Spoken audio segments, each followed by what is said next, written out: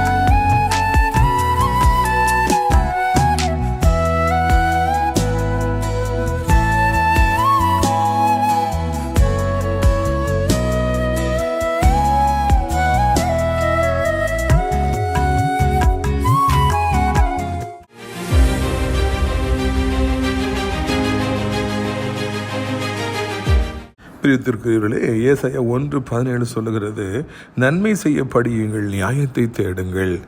எனக்கு யாராவது நன்மை செய்ய மாட்டார்களா? யாராவது எனக்கு உதவி செய்ய மாட்டார்களா? ஐயோ, எனக்கு யாராவது கொஞ்சம் அன்பு காட்ட மாட்டாங்களா? எல்லாத்தையும் இழந்து நிற்கிறேனே, நம்பிக்கையற்று இருக்கிறேனே, யாராவது எனக்கு ஆறுதலாக ஒரு வார்த்தை சொல்ல மாட்டாங்களா? ஐயோ, யாராவது எனக்கு ஒரு நேரம் சாப்பாடு வாங்கி கொடுக்க மாட்டாங்களா? யாராவது என் பிள்ளைக்கு ஃபீஸ் கட்ட மாட்டாங்களா? ஐயோ, நான் வீடு இல்லாமல் இருக்கிறேனே, ரோட்டில் நிற்கிறேனே, யாராவது எனக்கு ஏதாவது ஒரு வீடு கொடுத்து எனக்கு உதவி செய்வார்களா என்று எத்தனையோ கோடி ஜனங்கள் இன்றைக்கு உதவி, நன்மை எதிர்பார்த்திருக்கிறாங்க. கர்த்தருடைய பிள்ளைகளாகிய நாம் இந்த நாட்களிலே அவர்களுக்கு நன்மை செய்யும்படியாக படிக்க வேண்டுமா? எத்தனையோ பாடங்களை படித்தோம், வாழ்க்கையில் எத்தனையோ காரியங்கள், பைக் ஓட்டுறது, கார் ஓட்டுறது படித்தோம். நன்மை செய்ய படிப்போம். ஆனால் அதுக்கு தான் படிப்பு கொடுத்துருக்கிறார், அதுக்கு தான் வேலை கொடுத்துருக்கிறார், அதுக்கு தான் வருமானத்தை கொடுத்துருக்கிறார், அதுக்கு தான் மாதந்தோறும் சேலரியை கொடுத்துருக்கிறார். அதை வைத்து நன்மை செய்ய படியுங்கள். நீங்கள் நன்மை செய்ய படிக்கும் பொழுது, ஓடி சென்று உதவும் பொழுது, கர்த்தர் உங்களுக்கு ஓடி வந்து உதவுவார். உங்களை மென்மேலும் உயர்த்துவார், மென்மேலும் ஆசீர்வதிப்பார். உங்கள் பிள்ளைகளுக்கு உயர்ந்த அடைக்கலம் கிடைக்கும். உங்களை பார்க்கிறவர்கள் ஆச்சரியப்பட்டு கொண்டே இருப்பார்கள். நீங்கள் நாளுக்கு நாள் விருத்தி அடைவீர்கள். கர்த்தர் உங்களை ஆசீர்வதிப்பாராக. ஆமேன்.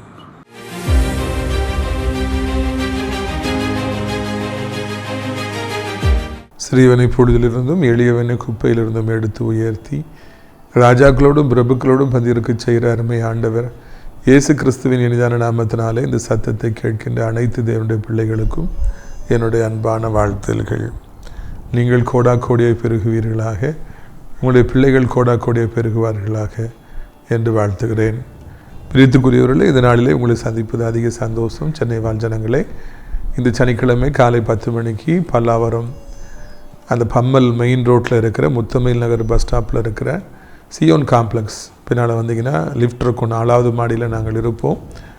பிரியத்துக்குரியவர்களே, கூட்டம் நிறைவு பெற்றவுடன் உங்கள் யாவருக்கும் அடியார் தனித்தனியாக நான் ஜெபிப்பேன். இயேசு உங்களை விடுவிப்பார். சிறுமங்கலராஜ், சகோதரர் கண்மணி சாலமன் போன்ற அநேக வாலிபர்கள் அங்கு மிக சிறப்பான ஏற்பாடுகளை செய்திருக்கிறார்கள். உங்களுக்கு நல்ல விருந்து பரிமாறப்படும். சந்தர்ப்பத்தை வீணடித்திராதீங்க, வாங்க. அதே மாதிரி நம்ம ஆசிரியர் தேவனுடைய மாளிகைக்குள்ளாக அடைக்கலான் குருவி எனப்பட்ட ஆவிக்குரிய முதியோரெல்லாம் நடைபெற்று வருகிறது.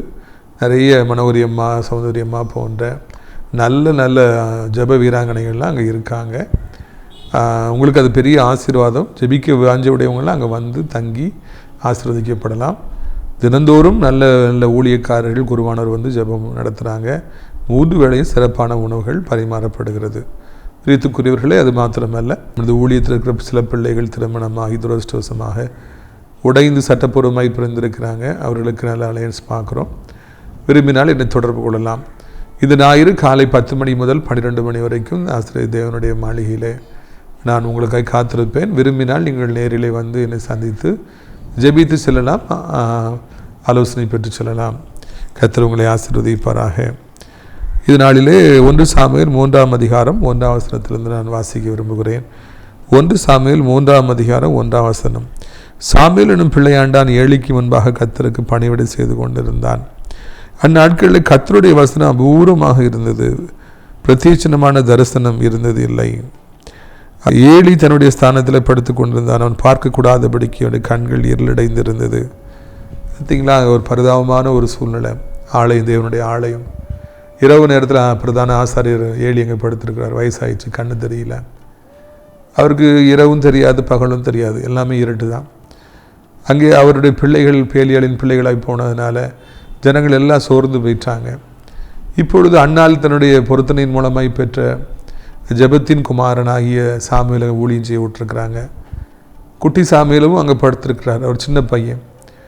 அங்கே அந்த இரவு அப்படி தான், அப்படி சர்ச்சை வந்து நம்ம பார்க்கும்போது அப்படி தான் இருக்கும். ஒரு பக்கம் கண்ணு தெரியாமல் போன வயதான பிரதான ஆசாரியர், இன்னொரு பக்கம் சின்ன பிள்ளையாக இருக்கிறதுனால கண்ணு தெரிஞ்சால் கூட ஆவிக்குரிய கண்கள் தெரியாத குட்டி சாமுவேல். ஜனங்கள் எல்லாரும் சோரம் போயிட்டுருக்காங்க, சோர்ந்து போயிருக்கிறாங்க. அந்த நேரத்தில் பிரத்யட்சமான கர்த்தருடைய வார்த்தையே இருந்தது இல்லை, தீர்க்கதரிசனம் இருந்ததே இல்லை. சாமுவேல் தீர்க்கதரிசியுடைய வாழ்க்கையாக இருக்கட்டும், எலியா எலிசாவாக இருக்கட்டும், மோசையாக இருக்கட்டும், யோசுவாக இருக்கட்டும், கிதியோனாக இருக்கட்டும், எல்லாரிடத்திலும் சிம்சோனாக இருக்கட்டும், பவுல் அப்போஸ்தலனாக இருக்கட்டும், ஆண்டவர் அவளோடு பேசினார், தரிசனங்களை காண்பித்தார், தீர்க்க தரிசனமாக அநேக வார்த்தைகளை சொன்னார். ஆனால் இங்கே இப்பொழுது அந்த வார்த்தைகள் இல்லாமல் இருந்தது என்று நாம் வாசிக்கிறோம், வேதனைப்படுகிறோம். இஸ்ரவேலராய் நீங்கள் இருந்தாலும், கர்த்தருடைய பிள்ளைகளாக இருந்தாலும் சில நேரங்களிலே தரிசனங்கள் இல்லாமல் போய்விடும். சில நேரங்களில் தீர்க்க தரிசன வார்த்தைகள் கிடைக்காமல் போயிடும்.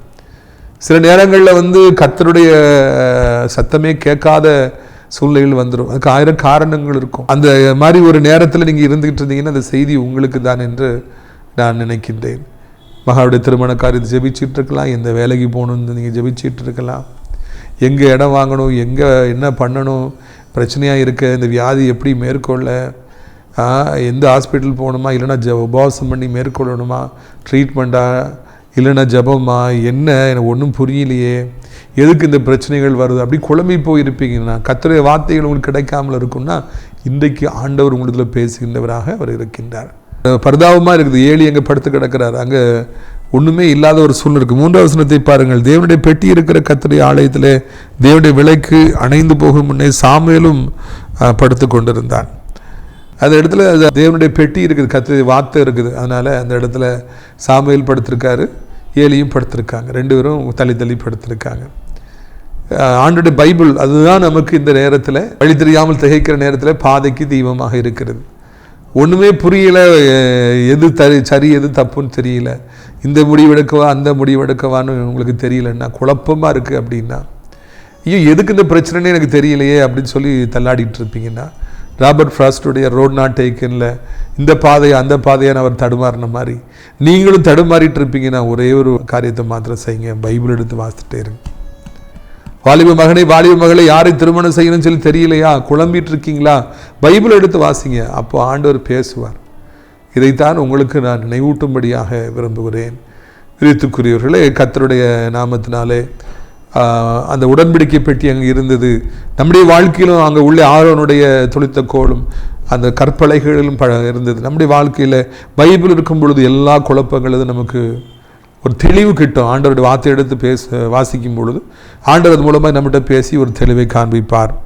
4ஆம் வசனம், இப்பொழுது கர்த்தர் சாமுவேலை நோக்கி கூப்பிட்டார். அதுக்கு அவன் இதோ இருக்கிறேன் என்று சொல்லி 7 இடத்துல ஓடி இதோ இருக்கிறேன், என்னை கூப்பிட்டீரே என்றான். அதுக்கு அவன் நான் கூப்பிடவில்லை, திரும்பி போய் படுத்துக்கொள் என்றான். அவன் போய் படுத்து கொண்டான். அப்போ ஒரு அதிசயம் நடக்குது. அந்த ஆலயத்துக்கு ஆண்டவர் இறங்கி வரார். வானத்தை பூமி படைத்து கர்த்தர் மேலே இருந்து கீழே இறங்கி வரார். ஆலயத்துக்கு வரீங்கன்னா ஆலயம் அவர் வீடு, அதனால அவர் வரார். வந்துட்டு நான் நினச்சேன் நேராக பிரதான ஆசிரியர்கிட்ட போவார்னு சொல்லிட்டு, அவர் தானே விவரம் இருக்குது. இது குட்டி பிள்ளை, சாமுவேலைன்னு சொல்லி குட்டி பிள்ளையை கூப்பிட்றாரு. ஹார்ட்லி அந்த இடத்துல 5 வயசு அல்லது ஒரு 7 வயசு இருந்திருக்குன்னு நான் நினைக்கிறேன். நீங்கள் தெரிஞ்சே சொல்லுங்கள் சாமுவேலுக்கு எத்தனை வயசு இருக்குன்னு சொல்லிட்டு. அந்த மாதிரி ஒரு கட்டத்தில் அது சின்ன பிள்ளையாக இருக்கும் பொழுது, விவரம் தெரியாமல் இருக்கும்போதே மேலேருந்து ஆண்டவர் எனக்குரிய ஃபஸ்ட் ஸ்டாண்டர்ட் படிக்கிற ஒரு பாயை தேடி வந்தால் எப்படி இருக்கும், அதே மாதிரி இருக்கிற சாமுவேலை தேடி வர்றார். சாமுவேல் கூப்பிட்றார். ஆண்டவருக்கு எவ்வளோ பாசம், சாமுவேல் மீது எவ்வளோ பாசம். சாமுவேல் அப்படின்னு சொல்லி கூப்பிட்றார். இது என்னுடைய பிள்ளை, என்னுடைய ஊழியத்தை செய்ய போகிறவன், இவன் தாயின் கருவிலை இவனை கண்டுபிடித்தேன் என்று சொல்லி ஆண்டவர் ஆசையை கூப்பிடுறாரு. குவைட் அன்ஃபார்ச்சுனேட்லி அது சாமுவேலுக்கு தெரியல, ஆண்டவர் தான் கூப்பிட்றான்னு தெரில.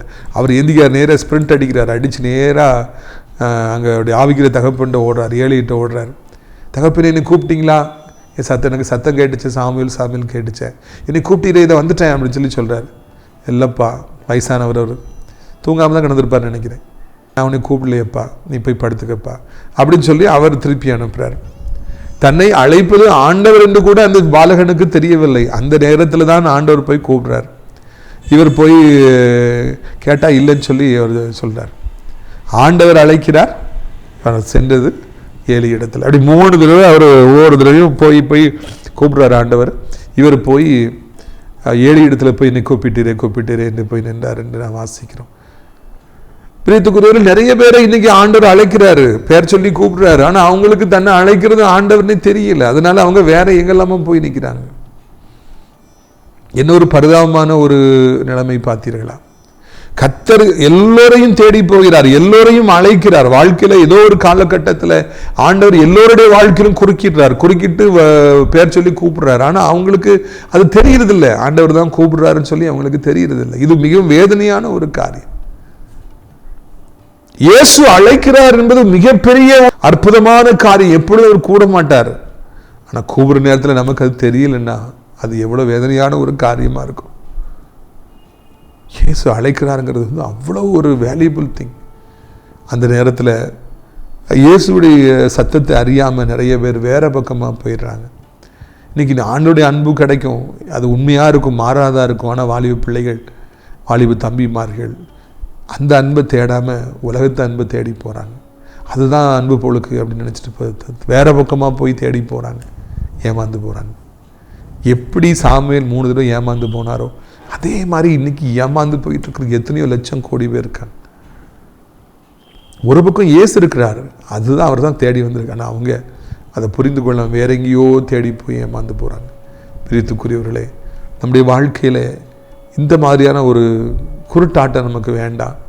ஆண்டவர் நமக்காய் காத்திருக்கும் பொழுது கை நீட்டி என்னை பிடித்துக்கொள் என்று சொல்லும் பொழுது நான் வேறு பக்கமாக போயிட வேண்டாம். உதவி செய்ய ஆண்டவர் பக்கத்தில் இன்றைக்கி உங்கள் பக்கத்தில் நிற்கார், உங்கள் வீட்டுக்குள்ளே தான் நிற்கார். நீங்கள் வேறு எங்கேயோ ஆண்டவர் தேடி போகாதீங்க.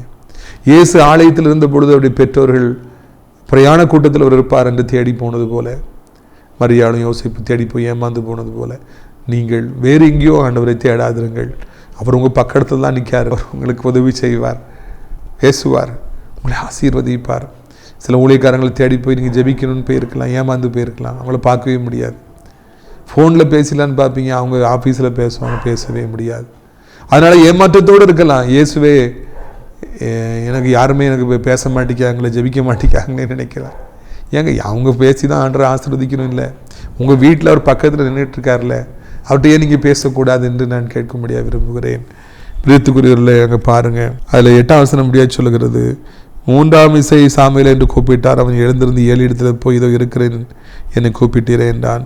அப்பொழுது கர்த்தர் பிள்ளையாண்டனை கூப்பிடுகிறார் என்று ஏலி அறிந்து சாமுவேலை நோக்கி, நீ போய் படுத்துக்கொள், உன்னை கூப்பிட்டால் அப்பொழுது நீ கர்த்தாவே சொல்லும் அடியேன் கேட்கிறேன் என்று சொல்லுகிறான்.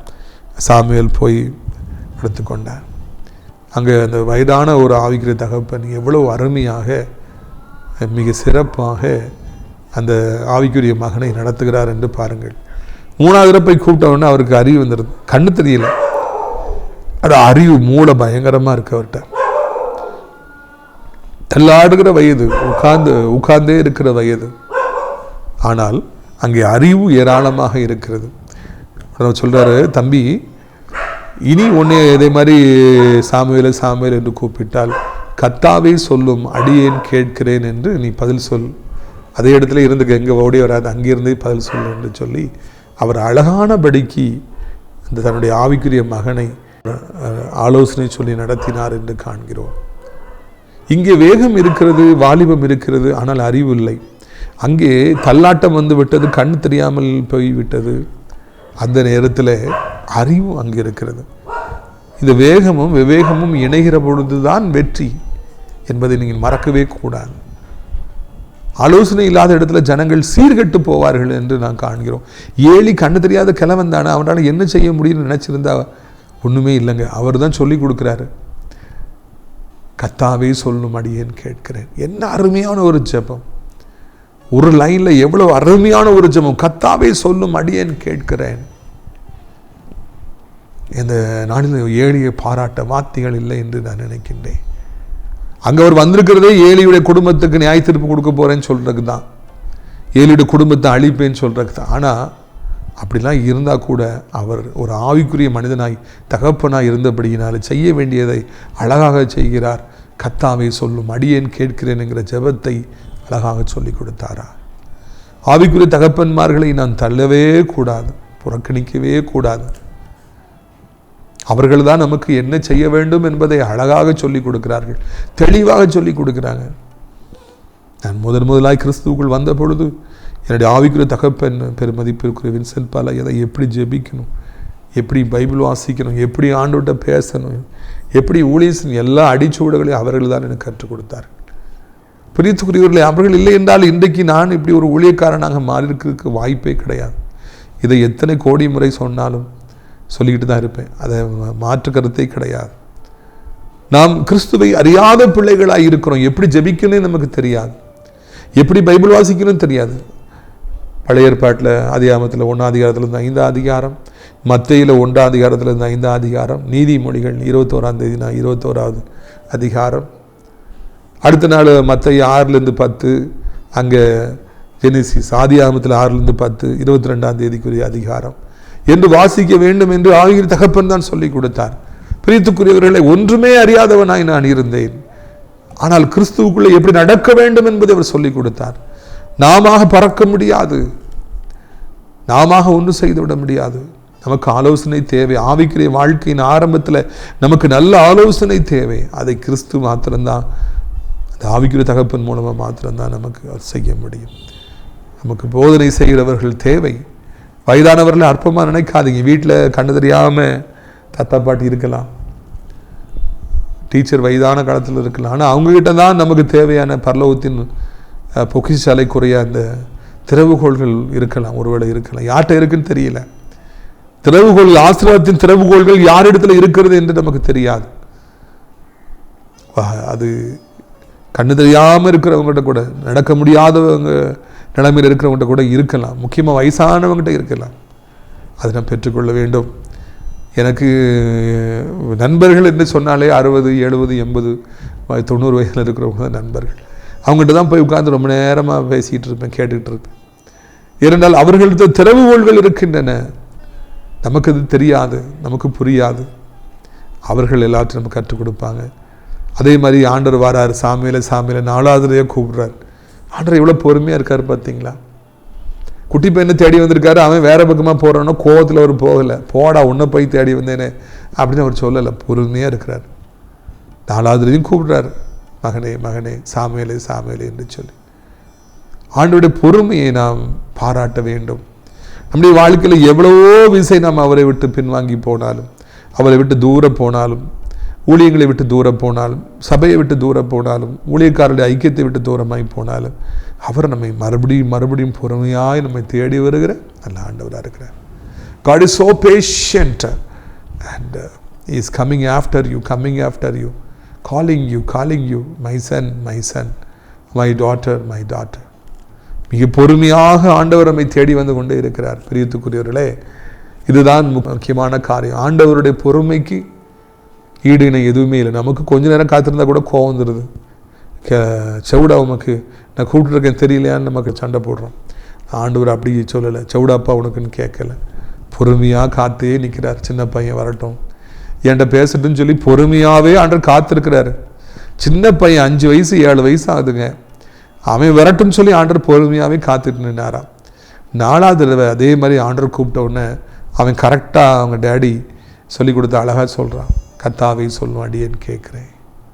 இப்போ வேற எங்கேயும் ஓடலை, அதே இடத்துல முடங்கால் போட்டு கர்த்தாவே சொல்லும் அடியேன்னு கேட்கிறேன் என்று சொன்னானா. கற்றுக் கொடுத்ததை அபியாசப்படுத்தினார் குட்டி சாமுவேல். நம்முடைய வாழ்க்கையிலும் கூட கண்டிப்பாக இதை நான் பின்பற்ற வேண்டும் என்று சொல்லி உங்களை அன்போடு கூட அழைக்கிறேன். 11 கர்த்தர் சாமுவேலை நோக்கி, இதோ நான் இஸ்ரவேலிலே ஒரு காரியத்தை செய்வேன். உடனே ஆண்டவர் அந்த சாப்டர் முழுக்க அந்த குட்டி சாமுவேல்கிட்ட தன்னுடைய உள்ளத்தில் இருந்த குமுறல்களை எல்லாம் ஷேர் பண்ணார். இஸ்ரவேல் ஜனங்கள் இவ்வளோ சோரம் போயிட்டாங்க, இந்த ஏலி தான் பிள்ளைகளை கண்டிக்கலப்பா, அதனால் இஸ்ரவேல் மக்கள் எல்லாம் ரொம்ப மோசமாயிட்டாங்க, இப்படி பண்ணிட்டாங்களே, நான் விடமாட்டேன், இவங்க மேலே நியாயத்தீர்ப்பை கொண்டு வருவேன்னு சொல்லி தன் ஆதங்கத்தை எல்லாம் தான் செய்ய போகிறதை எல்லாம் அங்கே அந்த குட்டி சாமுவேலிடத்தில் ஆண்டவர் விவரமாய் பேசினார் என்று காண்கின்றோம். என்னை மிகவும் ஆச்சரியப்பட வைக்கிறது. ஒரு சின்ன பையன்கிட்ட மேக்சிமம் 7 இயர்ஸ் அது போடலாம், அவ்வளோதான். அந்த பையன்கிட்ட ஆண்டவர் தான் மனசில் உள்ள கவலையெல்லாம் சொல்கிறார், செய்ய போகிறதெல்லாம் சொல்கிறார். அஃப்கோர்ஸ் அவர் என் தாசனாய் ஆபிரகாமுக்கு நான் செய்ய போவதை மறைப்பேனான்னு சொல்லி தான் சோதோகுமார் அடிக்க போகிறேன்ப்பா அப்படின்னு சொல்லி முதலே சொன்னார். சரி, அவர் பெரிய ஆள், ஆபிரகாம் ஐயா ரொம்ப வளர்ந்தவங்க, அவங்ககிட்ட போய் எல்லாம் பேசுனாங்க. ஓகே, ஏன் குட்டி பையன் சாமுவேல், அவர்கிட்ட போய் எல்லாம் ஆண்டவர் ஷேர் பண்ணுறார். அதுதான் ஆண்டுடைய அன்பு. உங்களிடத்திலும் அவர் எல்லாவற்றையும் ஷேர் பண்ணுவார். கர்த்தாவே சொல்லும் அடியேன்னு கேட்குறேன்னா, உங்கள் வாழ்க்கையின் எதிர்காலங்களை குறித்து, உங்கள் பிள்ளைகளுடைய வாழ்க்கையின் எதிர்காலங்களை குறித்து, நம் நாட்டின் எதிர்காலத்தை குறித்து, இந்த நடக்க போகிற எலெக்ஷனின் எதிர்காலத்தை குறித்து, எல்லாவற்றையும் குறித்து ஆண்டவர் நம்மிடத்தில் பேசுவார். கர்த்தாவே சொல்லும் அடியேன்னு கேட்குறேன்னு சொல்லிக்கிட்டே இருங்க. அப்பொழுது ஆண்டவர் உங்கள்கிட்ட பேசிக்கிட்டே இருப்பார், தன் மனசில் உள்ளதெல்லாம் சொல்லிக்கிட்டே இருப்பார். இன்றைக்கி கர்த்தாவே சொல்லும் அடியேன் கேட்குறேங்கிறத ஃபார்முலா மாற்றிட்டாங்க. ஆண்டவரை கேளும் அடியேன்னு சொல்கிறேன், அப்படி தான் எல்லோரும் சொல்கிறாங்க. யாராவது ஆண்டவர் சொல்லிட்டு நான் கேட்குறேன் இன்றைக்கி சொல்கிறாங்களா? இல்லை, ஆண்டவர் நான் சொல்கிறேன் நீங்கள் கேளுங்க, அப்படி தான் இன்றைக்கி எல்லோரும் அந்த ஃபார்முலாவை மாற்றிட்டாங்க. அதனால தான் ஆண்டவரால் ஒன்றும் பேச முடியல, செய்ய முடியல. நீங்கள் கர்த்தாவே சொல்லும் அடியேன் கேட்குறேன்னு சொல்லி பாருங்கள், அப்போது ஆண்டவர் உடனே வருவார், எல்லாத்தையும் சொல்லி கொடுத்துருவார் உங்களுக்கு. இதை செய், அதை செய் மகனே, உனக்கு அப்போ தான் வெற்றி, உன் பிள்ளைகளுக்கு வெற்றி, உன் பிஸ்னஸுக்கு வெற்றி, உன் ஊழியத்துக்கு வெற்றி, எல்லாத்துக்கும் வெற்றி என்று ஆண்டவர் சொல்லுவார். அப்பொழுது மிக மேலான காரியங்களை நீங்கள் காண முடியும். பிரியத்துக்குரியவர்களே, இந்த சாமுவேல் தீர்க்கதரிசியின் அனுபவம் உங்களுக்கும் உண்டாகட்டும் என்று சொல்லி நான் வாழ்த்துகிறேன். உங்களுடைய ஆசீர்வாதங்களுக்காக நான் ஜெபிக்கும்படியாக விரும்புகிறேன். எல்லாரும் இணைந்து ஜெபிப்போம். எப்பவும் கர்த்தாவே சொல்லும் அடியேன் கேட்கிறேன்ங்கிற வார்த்தையை மறந்துடாதீங்க. நாம் ஜெபிக்கலாமா? கண்களை மூடுவோமா? அப்பா பிதாவே, வானத்துக்கு பூமிக்கும் ஆண்டவரே, இந்த நாளிலும் கூட குட்டி சாமுவேல் மூலமாக, அவருடைய வாழ்க்கையில் நடந்த அந்த சம்பவம் மூலமாக எங்களுக்கு ஒரு மிகப்பெரிய ஒரு பாடத்தை சொல்லி கொடுத்திருக்கிறீர். உமக்கு நன்றி ஐயா. கர்த்தாவே சொல்லும் அடியேன் கேட்கிறேன், ஏலி எனப்பட்ட அந்த ஆவிக்குரிய தகப்பன் அவர் சொல்லி கொடுத்த அந்த சிறப்பான ஜெபம் எவ்வளவு பெரிய மாற்றத்தை உண்டு பண்ணியது. வார்த்தைகளே இல்லாமல் பஞ்சமாக இருந்த அந்த காலத்தில், தரிசனமே இல்லாமல் இருந்த காலத்தில் மடை திறந்த வெள்ளம் போல நீங்கள் சாமுவேல்கிட்ட பேசிட்டீங்க, இப்போ இறங்கி வந்துட்டீங்க. ஆண்டவரே, நாங்களும் கூட கர்த்தாவே சொல்லும் அடியேன் கேட்கிறேன் எனப்பட்ட அந்த வார்த்தையின்படியே ராஜாவே தோத்திரம் ஐயா. ஆண்டவரே தோத்திரம்ப்பா, உண்மை நாங்கள் தேட உதவி செய்யுங்க. அநேக நேரங்களில் நாங்கள் சொல்லி நீங்கள் கேட்கணும்னு நாங்கள் எதிர்பார்க்குறோம். ஆண்டவரே, அது தவறு என்பதை எங்களுக்கு சுட்டி காண்பித்திருக்கிறீங்க, அதற்காக நன்றி. ஒவ்வொரு நாளும் அதிகாலமே எழும்பி காத்திருந்து கர்த்தாவே சொல்லும் அடியேன் கேட்கிறேன் என்று நாங்கள் சொல்லி காத்திருக்க எங்களுக்கு உதவி செய்யுங்க. ஏசப்பா சோத்திரம் ஐயா, எங்களை தேடி வருகிறவர், எங்களிடத்தில் பொறுமையாய் இருக்கிறவர், நாங்கள் மனம் திரும்ப மாட்டோமா என்று எங்களுக்காய் காத்திருக்கிறவர், உண்மை ஆண்டு உமக்காக நாங்கள் எல்லாத்தையும் விட்டு கொடுக்க மாட்டோமா என்று காத்திருக்கிறவர். நன்றி அப்பா, நன்றி. நாங்கள் கூட வியாதிப்பட்டுக்கிற பிள்ளைகளுக்காக இடத்துல வருகிறோம், மருத்துவரால் கைவிடப்பட்டவர்களுக்காய் வருகிறோம், பயங்கரமான வியாதிகள் வந்துவிட்டு செத்து போயிருவேணும்னு பயந்துட்டு இருக்கவங்களுக்காய் ஜெபிக்கிறோம். ஒவ்வொருவருக்கும் கர்த்தர் மனம் இறங்குங்க, ஒவ்வொருவரையும் தூக்கி நிறுத்துங்க. சர்வ வல்லமுடைய தேவனே, இந்த அருமையான நாளிலும் கூட இந்த சத்தத்தை கேட்கிற பிள்ளைகள் எந்த நிலைமையில் இருந்தாலும் அவர்களுக்கு நீங்க உதவி செய்யுங்கப்பா.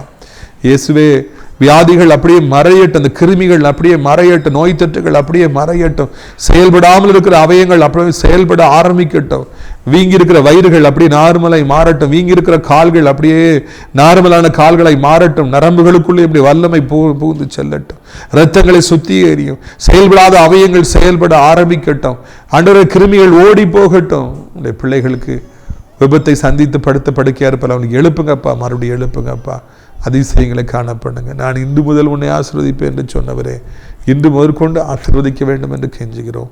கிருபையினாலே தாங்குங்க, இரக்கத்தினாலே தாங்குங்கப்பா. ஏசப்பா, வருமானம் இல்லாமல் யாராலே வாழ முடியும்? அன்று போட்டி நிறைந்த உலகம், தேவைகள் அதிகரித்து கொண்டே போகிறது, என்ன பண்ணணும்னே தெரியல. எப்படியாவது கர்த்தர் வானத்திலிருந்து ஒரு அதிசயத்தை செய்யும். இப்படி பிள்ளைகளுக்கு நிரந்தரமான வருமானங்களை உருவாக்கித்தார். எத்தனை லட்சம், எத்தனை கோடி கடன் இருந்தாலும் அதை க்ளோஸ் பண்ண உதவி செய்யுங்க. இயேசு கிறிஸ்துவின் நாமத்தினாலே படித்து வேலைக்காய் காத்திருக்கிற தம்பிமார்களுக்கு எப்படியாவது நல்ல வேலைகளை தாருங்க, விசாக்களை தாருங்க, கவர்மெண்ட் ஜாபை தாருங்க, டிரான்ஸ்ஃபரை தாருங்க, ப்ரொமோஷனை தாருங்க. வேலை ஸ்தலத்தில் நிம்மதி இல்லாமல் இருக்கிற பிள்ளைகளுக்கு எப்படியாவது உதவி செய்யுங்க. பக்கத்து வீட்டால் பிரச்சனை, பிள்ளைகளால் பிரச்சனை, ஒருவேளை ஆண்டவர் திருமணத்தில் பிரச்சனை, ஆண்டவரை வேலையில் பிரச்சனை, எல்லா பிரச்சனைகளும் நீக்கி போடுங்க. ஆண்டவர் கவர்மெண்ட் எக்ஸாம் எழுதுகிற பிள்ளைகளுக்கு ஞானத்தையும் புத்தியும் நல்ல சுகத்தையும் பலத்தையும் தந்து அவர்கள் நல்ல மார்க் எடுத்து எதிர்காலம் நல்லபடியாக கட்டமைக்கப்பட உதவி செய்யுங்கப்பா. திருமணமாகாமல், குழந்தை இல்லாமல், வீடு இல்லாமல் பல வருடமாய் காத்திருக்கிற பிள்ளைகளுக்கு அற்புதத்தை செய்யுங்கப்பா, அதிசயத்தை செய்யுங்க. வயதானக்களை விழுந்து விடாதபடி 2 கைகளை ஏந்தி கொள்ளுங்க. உலகம் இருக்கிற அத்தனை நாடுகளையும், இந்திய தாய் திருநாட்டையும், அனைத்து மக்களையும் ஆசீர்வதிங்க. சப்பா, அனைத்து ஊழியக்காரர்களையும், அனைத்து தேவனுடைய பிள்ளைகளையும் ஆசீர்வதிங்க. நாசிரியர் திராட்சை பழத்தோட்ட ஊழியங்களையும், அது நேசிக்கிற பிள்ளைகளையும், நம் நிகழ்ச்சி நாள்தோறும் பார்க்கிற பிள்ளைகளையும், அறிமுகப்படுத்துகிற பிள்ளைகளையும் ஆசீர்வதிங்க. அடைக்கலான் குறி முதியோரிடத்தில் கட்டுமான பணிகள் நடைபெற கத்தாவை உதவி செய்யுங்க. அதில் சேர அநேக இடங்கள் உண்டு, அநேகர் அழைத்து கொண்டு வாருங்க. இந்த நிகழ்ச்சியை பார்த்த பிள்ளைகள் ஒவ்வொருவரையும் நான் இன்று முதல் உன்னை ஆசீர்வதிப்பேன் என்று சொல்லி ஆசீர்வதிங்க. இயேசுவின் மூலமே ஜெபிக்கிறோம் நல்ல பிதாவே, ஆமென். என் ஆத்துமாவை கர்த்தரை சோத்திரி, என் முழு உள்ளமே அவருடைய பரிசுத்த நாமத்தை சோத்திரி. என் ஆத்துமாவை கர்த்தரை சோத்திரி, அவர் செய்த சகல உபகாரங்களையும் ஒருபொழுதும் மறவாதே, ஆமென். கர்த்தராகிய இயேசு கிறிஸ்துவின் கிருபையும் பிதாவாகிய தேவனுடைய அன்பும் பரிசுத்த அந்யோன்யம் வராத பிரசன்னம் உங்கள் அனைவரோடு எஞ்சி காலங்கள் நிலைத்திருப்பதாக. அல்லேலூயா, அல்லேலூயா. God bless you.